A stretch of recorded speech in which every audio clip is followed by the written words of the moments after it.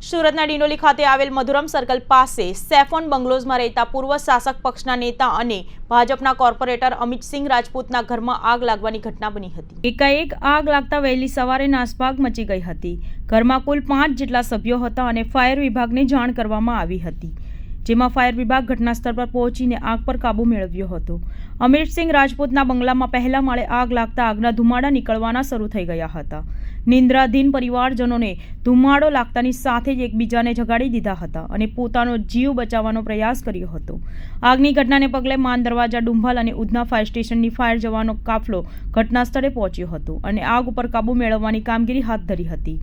Fire officer Jignesh ટંડેલે કહ્યું કે ઘરના પહેલા માળે પૂજા માટે અલાયદો રૂમ બનાવવામાં આવ્યો છે, જ્યાં મંદિરની બાજુમાં જ ઇલેક્ટ્રિક બોર્ડ પણ ઊભું હતું। સંભવત શોર્ટ સર્કિટ થવાને પગલે મંદિરમાં આગ લાગી હતી। લાકડાનું મંદિર હોવાને કારણે આગ વિકર્ણની બની હતી, જેને કારણે ધુમાડો વધારે પ્રસરી ગયો હતો। જો કે પરિવારના તમામ સભ્યો સમય સૂચકતા વાપરીને સુરક્ષિત ઘરની બહાર નીકળી ગયા હતા।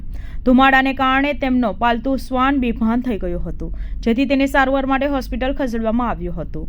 અડધો કલાકના સમય દરમિયાન આગ ઉપર કાબૂ મેળવી લેવામાં આવ્યું હતું અને સંપૂર્ણ પરિસ્થિતિને નિયંત્રણમાં કરી લેવામાં આવી હતી। અમિતસિંહ રાજપૂતે જણાવ્યું હતું કે મારા ઘરે પહેલા માળે વહેલી સવારે આ ઘટના બની હતી। આગ લાગતાની સાથે જ ધુમાડો નીકળવાનો શરૂ થઈ ગયો હતો।